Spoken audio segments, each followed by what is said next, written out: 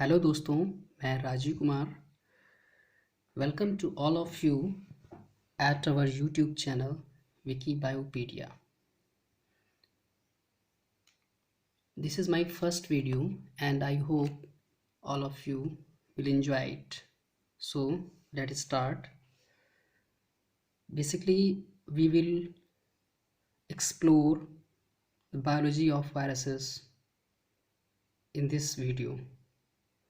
This video is basically divided into 4 parts. First one is what is viruses. That means इसमें हम देखेंगे कि viruses क्या होते हैं, how could we define it. Second one is why they are considered as non-cellular. तो इसको हम non-cellular क्यों consider करते हैं, as a cellular और living organism consider क्यों नहीं करते हैं, इसमें हम देखेंगे इस पॉइंट में. नेक्स्ट है आपका why they need host body. That means host body की रिक्वायरमेंट क्यों होती है इनको अपने नंबर्स को इंक्रीज करने के लिए, रेप्लिकेशन के लिए होस्ट बॉडी की रिक्वायरमेंट क्यों होती है, इसमें हम देखेंगे, इसमें आगे हम पढ़ेंगे. नेक्स्ट है आपका last point, that is viruses को हम लिविंग कंसीडर करें या नॉन लिविंग. तो लिविंग और नॉन लिविंग कंसीडर करने के लिए किसी भी चीज़ को जैसे लिविंग हमने बोलना है, that means they have some criteria. On the basis of that we can say that this is living and this is non living.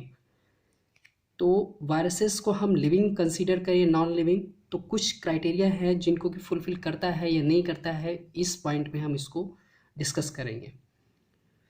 तो फर्स्ट पॉइंट हम देखते हैं व्हाट इज़ वायरसेस. तो वायरसेस के बारे में देखना है हमें कि इसको कैसे डिफाइन करना है. तो वायरसेस, जो वायरस का मतलब होता है, virus term it is a Latin term, basically Latin term है जिसका मीनिंग होता है पॉइजन.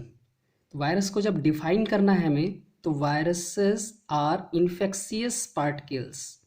यहाँ पे ये बहुत इंपॉर्टेंट पॉइंट लिखा हुआ है कि what is the meaning of infectious particles. तो बेसिकली ये इन्फेक्शन कॉज करते हैं, that means they inter a host body and finally caused disease consisting of nucleic acid. ये बहुत इंपॉर्टेंट पॉइंट है कि ये इन्फेक्शियस पार्टिकल होते हैं और इनमें होता क्या है, न्यूक्लिक एसिड होता है. बेसिक न्यूक्लिक एसिड का मतलब क्या, जेनेटिक मटेरियल.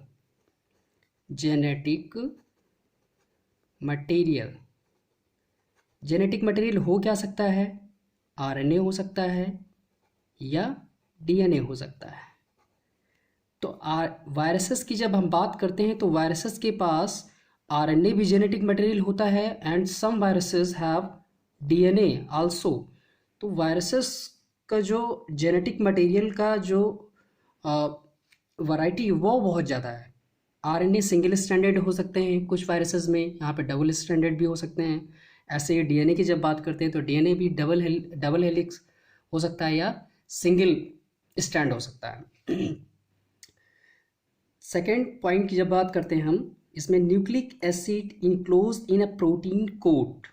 दैट मीन्स जो न्यूक्लिक एसिड है, जो जेनेटिक मटेरियल है, ये इनक्लोज होता है एक कवरिंग के थ्रू जिसको हम कैप्सिड बोलते हैं. जैसे कि ये मान लीजिए आप कोई वायरस का स्ट्रक्चर है and this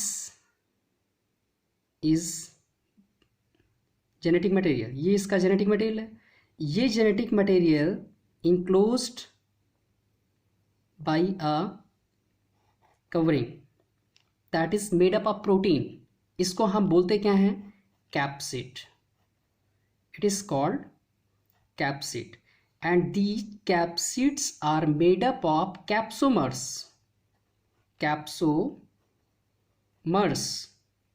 Capsomers are basically protein subunits. Okay, got it. तो ये हो गया आपको डिफाइन करने के लिए कि वायरसेस बेसिकली क्या होते हैं. तो viruses are the infectious particle consisting of nucleic acid enclosed या covered by a protein coat that is called capsid. That's it. Next point की जब बात करते हैं तो why they are considered as non living. तो नॉन सेलुलर. तो non cellular की जब बात करते हैं, दैट मीन्स सेल को जब डिफाइन करना होता है सेल को डिफाइन करने के लिए किसी चीज़ को हम सेल कब बोलेंगे, for that cell must contain 3 structure. अगर ये 3 स्ट्रक्चर उसके पास हैं तभी उसको हम एज ए सेल कंसीडर करेंगे, अदरवाइज उसको हम एज अ सेल कंसीडर नहीं करेंगे। तो वो कौन कौन से 3 स्ट्रक्चर्स हैं? First one is cell membrane. ये सबसे इंपॉर्टेंट है, most important. That means cell membrane that is made up of protein and lipids, bilipid, जिसमें कि प्रोटीन क्या होते हैं, एम्बेडेड होते हैं। तो cell membrane basically selective permeable, it is the outer most covering that separate the inner environment from outer environment. It is selectively permeable होती है, जो कि जो मटेरियल होता है अंदर से बाहर आना या बाहर से अंदर जाना, उसको ये रेगुलेट करती है। तो ये वायरसेस में क्या होती है, एब्सेंट होती है। फर्स्ट जब हम बात करते हैं सेल मेम्ब्रेन की, तो ये वायरसेस में एब्सेंट होती है। दूसरा जो स्ट्रक्चर है साइटोप्लाज्म। तो साइटोप्लाज्म बेसिकली क्या होता है, it is a content between nuclear membrane and cell membrane. तो सेल मेम्ब्रेन और न्यूक्लियर मेम्ब्रेन के बीच में जो लिक्विड कंटेंट होता है और उसमें जो सेल ऑर्गेनल्स होते हैं उसको हम क्या बोलते हैं, साइटोप्लाज्म। तो साइटोप्लाज्म इंपॉर्टेंट क्यों है, क्योंकि इसी में सारी की सारी मेटाबॉलिक एक्टिविटीज़ होती हैं। जितनी भी bio chemical reactions, metabolic activities हैं, एनाबोलिज्म, कैटाबोलिज्म, वो सारी की सारी कहाँ पे परफॉर्म होती हैं, साइटोप्लाज्म में। ये भी वायरसेस में क्या होता है, एब्सेंट होता है। Third one is genetic material. ये वायरसेस के केस में प्रेजेंट होता है, जो कि हम बात कर चुके हैं जेनेटिक मटेरियल आरएनए और डीएनए की। तो यहाँ पे हमने देखा कि जो सेल को अगर हमें डिफाइन करना है, सेल किसी को बोलना है, दैट मीन्स 3 स्ट्रक्चर्स होने चाहिए। इसमें से वायरसेस के पास 2 स्ट्रक्चर्स नहीं, दैट मीन्स उसको हम एज अ सेल कंसीडर नहीं कर सकते हैं। सेकेंड इंपॉर्टेंट थिंग है कि जो सेल होती है, cellular structure can exist independently. That means अगर हम सेलुलर स्ट्रक्चर की बात करते हैं, किसी भी सेल की बात करते हैं, तो they can exist independently. That means अगर सिंगल सेल है तो वो सारे के सारे फंक्शंस परफॉर्म कर सकती है जो कि उसकी सर्वाइवल के लिए नेसेसरी हैं। जैसे कि हम नॉर्मली प्रोटोजोन्स की बात करते हैं, amoeba, it is a single cell living organism. वो सारे के सारे फंक्शंस अपने एक सिंगल सेल में परफॉर्म करती है। जैसे रिप्रोडक्शन हो गया, रिप्रोडक्शन करेगी। सेकेंड, डाइजेशन कर सकती है, digestion. Third one is respiration and excretion.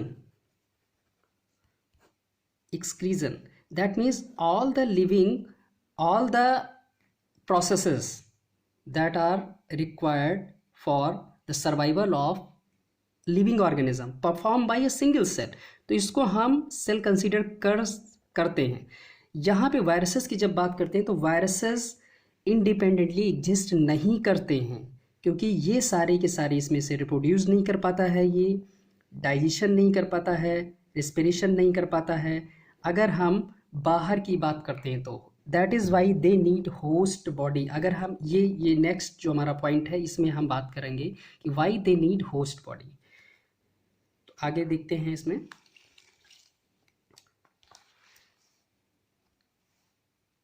Viruses को होस्ट बॉडी की रिक्वायरमेंट क्यों होती है? होस्ट बॉडी मीन्स जिसमें वो रहता है और अपने नंबर्स को इंक्रीज करता है।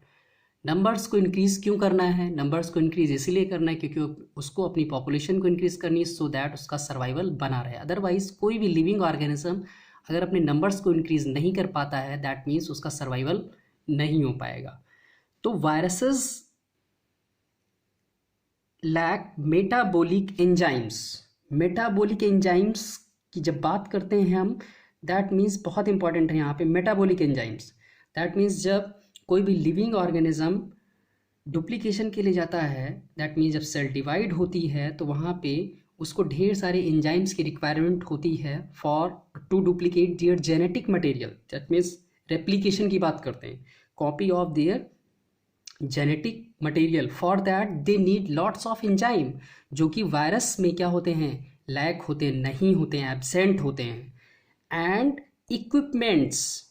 इक्विपमेंट्स की बात करते हैं तो कुछ इक्विपमेंट्स होते हैं जो कि प्रोटीन मेकिंग में हेल्प करते हैं। जैसे यहाँ पे बात करेंगे हम किसकी, राइबोसोम्स की।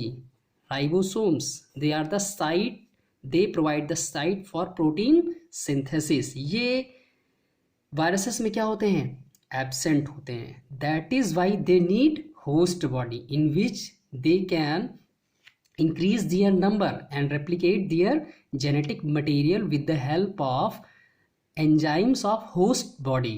Second point देखिए यहाँ पे, a virus is an obligate intracellular parasite. Obligate का मतलब होता है there are two types of parasite, obligate and facultative.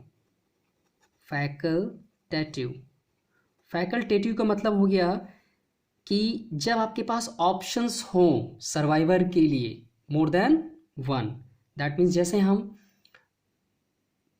कुछ बैक्टीरिया की बात करते हैं जो कि in the presence of oxygen as well as in the absence of oxygen survive कर सकते हैं। That means they are considered as a facultative. और ऑब्लिगेट का मतलब हो गया कि कुछ ऐसे लिविंग ऑर्गेनिज्म भी होते हैं जिनको वो पर्टिकुलर इन्वायरमेंटल कंडीशन या उस जो भी चीज़ होगी उसकी ज़रूरत होगी, without that they can survive नहीं कर सकते। मतलब वो जैसे कि अगर हम वायरसेस की बात करते हैं तो अगर ये होस्ट बॉडी इनको नहीं मिलेगा तो ये सर्वाइव नहीं कर सकते हैं। क्यों नहीं कर सकते हैं, क्योंकि इसके बारे में हमने बात किया अभी कि मेटाबॉलिक एंजाइम्स और इक्विपमेंट नहीं होते हैं इनको अपने जेनेटिक मटेरियल को या कोई भी मेटाबॉलिक एक्टिविटी को परफॉर्म करने के लिए। ऑब्लिगेट इंट्रासेलुलर, इंट्रा का मतलब हो गया इनसाइड द सेल। अब ये सारी चीज़ें कहाँ मिलेंगी, मेटाबॉलिक एंजाइम्स और इक्विपमेंट जो भी होंगे डिविजन्स के लिए रिस्पॉन्सिबल होंगे वो सारे के सारे कहाँ पे होंगे, inside the cell. That is why ये क्या होते हैं, intracellular parasite. Parasite means that means जब कोई लिविंग ऑर्गेनिज्म दूसरे लिविंग ऑर्गेनिज्म पे रहता है और वहाँ से अपनी चीज़ों को लेता है। लिविंग ऑर्गेनिज्म यहाँ पे बेसिकली हम वायरस को लिविंग ऑर्गेनिज्म कंसीडर नहीं कर सकते हैं, नहीं करते हैं। क्यों नहीं करते हैं ये बात आगे करेंगे हम।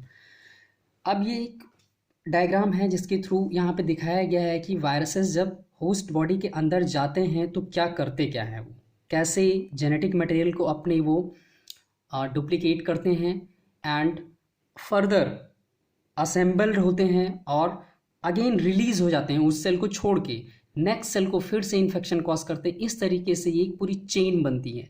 तो यहाँ पे हम एक एक करके देखते हैं। तो वायरस, ये आपका वायरस है, मान लिया कोई भी वायरस है, इसको हम वायरस को ले लेते हैं। ये क्या है आपका बड़ा सा जो बनाया मैंने, this is host body cell. कोई भी होस्ट हो सकता है, मान लिया ह्यूमन बॉडी का होस्ट, ह्यूमन को ले लेते हैं तो वहाँ पे होस्ट बॉडी हो गई। अब यहाँ पे ये वायरस आएगा माउथ के थ्रू या स्किन के थ्रू, ये पेनिट्रेट कर गया और उसके बाद फर्दर कहाँ पहुँच गया, जैसे रेस्पिरेटरी ट्रैक्ट में पहुंच गया। रेस्पिरेटरी ट्रैक्ट में जो म्यूकस सेल्स होती हैं उसके अंदर इस सेल को जाना है तो क्या करेगा, ये वायरस आया और ये सर्च करेगा अपना रिसेप्टर। रिसेप्टर्स का मतलब क्या होता है, आप ऐसा समझ सकते हैं कि जैसे लॉक एंड की, चाबी होती है और लॉक होता है, तो ताले की जो चाबी होगी वही लगेगी उसमें। ऐसा नहीं कि किसी भी ताले की चाबी आप किसी भी ताले में लगा दीजिए, ऐसा नहीं है। तो यहाँ पे जो वायरस होता है, viruses has this molecule on their surface that recognizes receptor on the host cell। उन रिसेप्टर्स के थ्रू ये मान लीजिए कि क्या है, लॉक है आपका, ये लॉक है और इनके पास की है। तो ये की क्या करेंगे, अगर ये लॉक इनको मिलेगा, ये लॉक मिल गया तो ये क्या करेंगे, इस अपनी की को इंसर्ट करेंगे and the door will open so that they can enter the cell. अब ये यहाँ पे स्पेसिफिसिटी प्रोवाइड करवाता है। दैट इज़ वाई जो वायरसेस होते हैं they are specific to their host. That means हर तरीके के वायरसेस हर तरीके के होस्ट को इन्फेक्ट नहीं करते हैं because the presence of different receptors. तो यहाँ पे जैसे ही रिसेप्टर मिलेगा, इसने क्या किया, अपना की एक तरीके से ये जो भी इसका सरफेस मॉलिक्यूल है ये इससे ज्वाइंट होगा और रिसेप्टर्स के थ्रू यहाँ पे ये जो मेम्ब्रेन है ये ओपन हो जाएगी और ये अपना जेनेटिक मटेरियल एंड कैप्सिड इसको क्या कर देगा, अनकोड कर देगा। यहाँ पे देखिए viruses enter cell and is uncoated releasing viral DNA and capsid protein. तो ये viral DNA inside the cell आ गया और ये आ गया आपका कैप्सिड प्रोटीन, अलग अलग डिसअसेंबल हो गई। अब उसके बाद करना क्या है, यहाँ पे जो इसका मेन मोटिव है, क्यों आया है इस सेल के अंदर, उस टास्क को परफॉर्म करने के लिए तुरंत ये काम करने लगेगा। तो ये इसका काम क्या है यहाँ पे, फर्स्ट थिंग कि अपनी इसको जेनेटिक मटेरियल को क्या करना है, डुप्लीकेट करना है, सो दैट ढेर सारी कॉपीज ये अपनी वायरसेस की बना सके।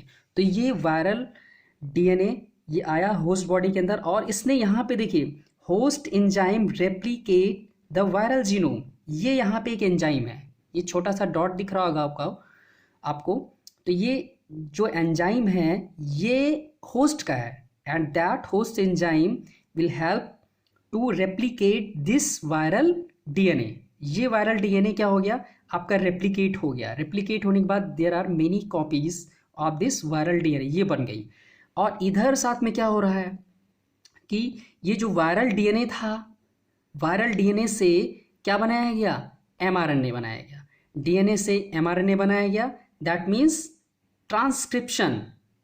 Meanwhile host enzyme transcribe. Transcription का मतलब क्या होता है, यहाँ पे डीएनए होता है, डीएनए से क्या बनता है, एमआरएनए।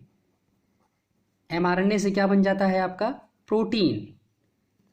तो जब डीएनए से एमआरएनए बनता है तो इस प्रोसेस को हम क्या बोलते हैं, इस प्रोसेस को हम बोलते हैं transcription. Transcription. Next mRNA, M stand for messenger, RNA. ये एमआरएनए से जब प्रोटीन बनती है तो इसको हम क्या बोलते हैं, translation. Translation. And DNA itself copied it. जब डीएनए अपने आप को कॉपी करता है तो इसको हम क्या बोलते हैं, रेप्लिकेशन। इसको क्या हमने बोला, रेप्लिकेशन। ओके। अब यहां पे क्या हुआ देखिए कि ये वायरल डीएनए अंदर आ गया था। वायरल डीएनए ने क्या किया कि ट्रांसक्रिप्शन किया, दैट मीन्स एमआरएनएज बनाया। अब इस एमआरएनए ने क्या बनाया, प्रोटीन बना दी। कौन सी प्रोटीन बनाएगा, वो अपने काम की प्रोटीन बनाएगा। कौन सी प्रोटीन उसके काम की है, capsid. Capsid it is a covering of their genetic material. Genetic material cover करता है। अब यहाँ पे देखिए वायरल डीएनए की कॉपी हो गई हैं और यहाँ पे ढेर सारे कैप्सिड प्रोटीन बन गए हैं। ये दोनों अब आके क्या हो जाएंगे, असेंबल हो जाएंगे। असेंबल होने के बाद इसका काम खत्म हो गया है। अब इस सेल को ये क्या कर देगा, लीव कर देगा। There are many cells, many viral cells are formed. और उसके बाद सॉरी वायरल सेल्स नहीं बोलेंगे, वायरस बोलेंगे। Viruses form and release from this host cell. और उसके बाद क्या करेगा, नेक्स्ट जो आपके सेल्स होंगी, होस्ट सेल्स होंगी, उनको ये इन्फेक्ट करेगा। अब आते हैं चौथा पॉइंट जो हमारा था। फोर्थ पॉइंट क्या था कि वायरसेस को हम लिविंग कंसीडर करें या नॉन लिविंग कंसीडर करें। तो हम इसको लिविंग या नॉन लिविंग कंसीडर करने के पीछे कुछ लॉजिक्स हैं कि इसको हम लिविंग कंसीडर करें या नॉन लिविंग कंसीडर करें। तो viruses are not alive but exist in a shady area between life form and chemicals. That means कि ये समथिंग इज दैट जो कि प्रेजेंट होते हैं लिविंग एंड नॉन लिविंग के बीच में। मतलब they have some features of living as well as some features of non-living. So we can say that they are the link between living and non-living. Okay. Second thing, इनको हम living consider क्यों नहीं कर सकते, क्योंकि स्लीडन and स्वान साहब ने क्या कहा था कि कोई भी लिविंग ऑर्गेनिज्म की जब बात करते हैं तो living organism must be made up of what, cell. और वायरसेस क्या होते हैं, सेलुलर स्ट्रक्चर तो होते ही नहीं है। तो तब भी क्या हो गया, ये एसेलुलर हो गया और नॉन लिविंग हो गया। नेक्स्ट क्या हो गया, lack of self replication.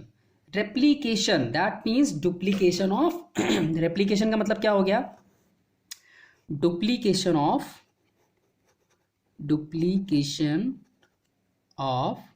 Genetic material. तो ये सेल्फ अपने आप अपने जेनेटिक मटेरियल को डुप्लीकेट नहीं कर पाते हैं, जो कि बहुत इंपॉर्टेंट होता है अगर हम सेल रिप्रोडक्शन की बात करते हैं। दैट मीन्स नंबर्स को इंक्रीज करने की बात करते हैं, तो ये अपने आप नहीं कर पाते। क्यों नहीं कर पाते हैं ये हमने बात कर ली है। सो हमने बेसिकली देखा इसमें कि वायरसेस क्या होते हैं, वायरसेस के बारे में इन्फेक्शियस पार्टिकल्स होते हैं, और जेनेटिक मटेरियल क्या हो सकता है इनका, डीएनए या आरएनए हो सकता है। On the basis of presence of DNA and RNA total viruses को 6 पार्ट में डिवाइड किया गया on the basis of presence of genetic material. 6 families हैं इनकी बेसिकली। उसके बाद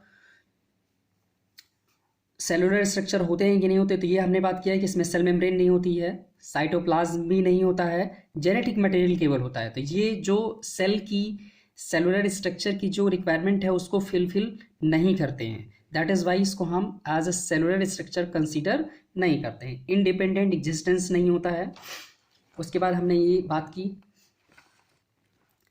पूरा इसका ये देखा कि हमने कैसे ये किसी होस्ट बॉडी को इन्फेक्ट करते हैं और इनका पर्पस क्या होता है इन्फेक्ट करने का, सेल के अंदर जाने का पर्पस क्या होता है। सो दैट ये हमें ध्यान में रखना है कि जितने भी वायरसेस होते हैं सारे के सारे सेल के अंदर जाते हैं। इनका मेन मोटिव क्या होता है कि अपने जेनेटिक मटेरियल को कॉपी करवाना, जिसके लिए मशीनरी कहाँ पे अवेलेबल होगी, सेल के अंदर। That is why all the viruses are obligate intracellular parasite।